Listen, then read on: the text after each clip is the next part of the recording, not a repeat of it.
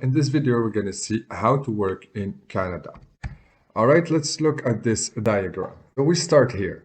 First question is, are you in Canada? If yes, you need to find out if you're eligible for an open work permit. And if that's the case, apply for an open work permit. Open work permit means that you can work for any employer in Canada. It doesn't really matter. They give you 1 or 2 or even 3 years sometimes. And during that period of time, you can work for anyone in Canada. No questions asked. Closed work permit are employer specific, meaning that your work permit only allows you to work for that employer in particular. And if you want to change your employers, you need to also change your work permit with it. Okay, so this is the first case when you're in Canada, you are eligible for an open work permit, then you apply for an open work permit. Now, what if you are in Canada, but you're not eligible for an open work permit? In this case, the next question is, do you have a valid job offer in Canada? If yes, you need to apply for a closed work permit. If no, you need to find a job first, get the job offer, and then apply for a closed work permit. So now we're going to explore the eligibility criteria for the open work permit and then for the closed one.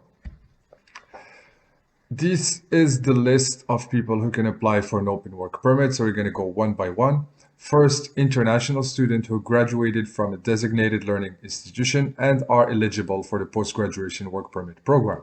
So basically, if you were in a program in Canada that is more than 8 months, and you have studied, you might be eligible for an open work permit. In this case, you need to check the eligibility criteria of the post-graduation work permit program. But basically, if you are an international student who recently graduated, then there are high chances that you are eligible for an open work permit. The second case is a student who's no longer able to meet the cost of their studies. That is called a destitute student. You may be qualified under the definition of a destitute student. In that case, you can apply for an open work permit, but make sure you qualify under the definition. Case number 3 is somebody who applied for permanent residence in Canada. So you see the important word here is in Canada. So people who apply for permanent residence in Canada are often eligible to apply for an open work permit while they're waiting for their PR to arrive. Case number 4, if you are a dependent family member of someone who applied for permanent residence. So let's say that you are being sponsored by your spouse, and while you receive your PR, you are the direct family member, and in this case, you can apply for an open work permit. All right.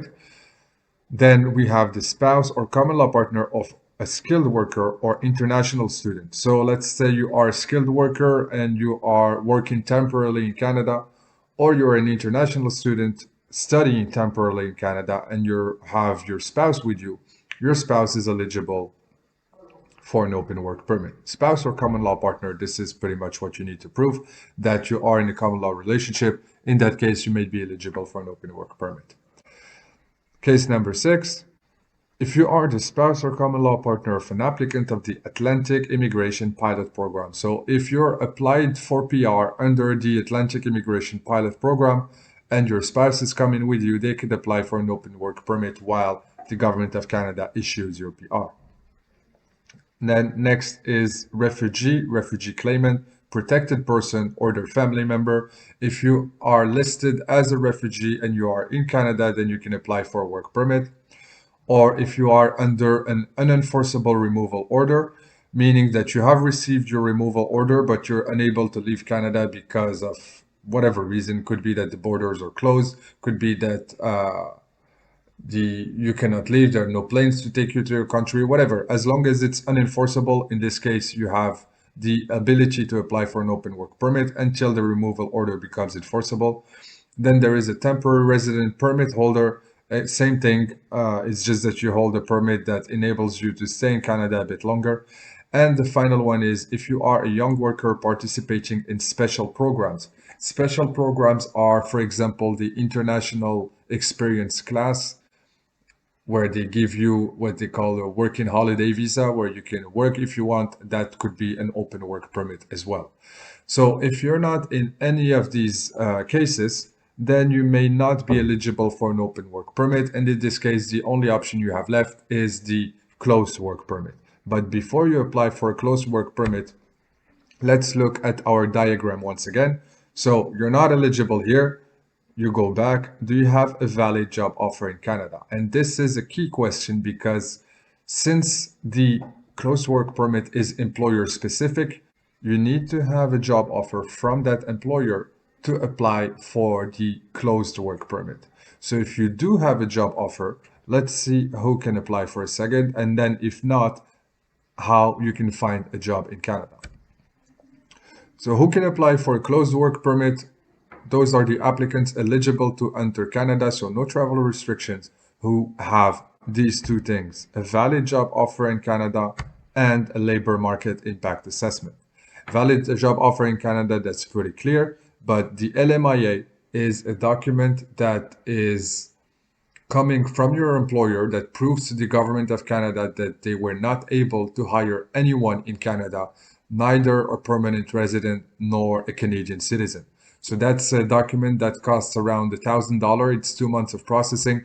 And once they obtain the LMIA, they can draft the contract and the job offer and start hiring people. There are some employers that are exempt from the LMIA, but in that case, they have to pay the employer compliance fee and provide the job offer number from the employer portal on the Government of Canada's website. The two items that you see, the labor market impact assessment and the employer compliance fee, those things come from your employer, so it's not up to you. The only thing you can focus on is to get a valid job offer in Canada. Anything else is irrelevant. There is no point in chasing something that you can't get because it comes from the employer. So if we go back to our diagram here, we start here. Are you in Canada? Yes or no? If yes, are you eligible for a work permit? If so, you apply for a work permit. We've seen who is eligible. If no, do you have a valid job offer in Canada? Yes, then you apply for a closed or employer specific work permit. And if no, you need to find a job first, get that job, and then apply for a closed work permit. This is how you can work in Canada. You are falling into one of these cases, whether you're inside Canada, outside Canada, eligible or not, it doesn't really matter. Worst case scenario is that you need to find a job first and then apply for a work permit. And we're going to see how to go about that in a smart fashion. To sum it up, do you need a work permit to work in Canada? Probably. If yes, which work permit do you need? That depends on your situation. If you're in Canada, you may be eligible for an open work permit. If you're outside Canada, then you need to ask yourself if you have a job offer. And if so, does that job offer come with an LMIA? If not, then you need to find a job offer and then apply. This is how to work in Canada for everybody. In the next series of video, we're going to see specifics like how to apply for the post-graduation work permit and how to find a job in Canada based on the positive LMIAs, meaning the company that already have obtained the positive LMIA and how to apply for those. Let's get moving. So the first thing you need to ask yourself if you're a prospective worker in Canada is, do you need a work permit? And for that, we're going to see together from the Canadian website how to answer this question. So we're going to come here. This is cic.gc.ca. Click on English. Scroll down here and under work, you're going to see there is a link that's going to ask you, find out if you need a work permit. So when you click here, you have a list of occupations. And based on your occupation, you can know whether or not you need a work permit. So all the occupations that are listed here are somehow punctual. So they are unique in the sense that you come for a specific job and then you leave. You do not repeat your occupation week after week or month after month. So you can see like performing artist, public speaker, athlete, or coach who come for a competition, etc. If your occupation is listed here, then you are one lucky worker because you do not have to ask for a work permit. If you're like the rest of us, your job is probably not here, so you're going to click my job is not on the list, submit, and in this case, you'll see that you're going to need a work permit, and the next step is to find out if you're eligible.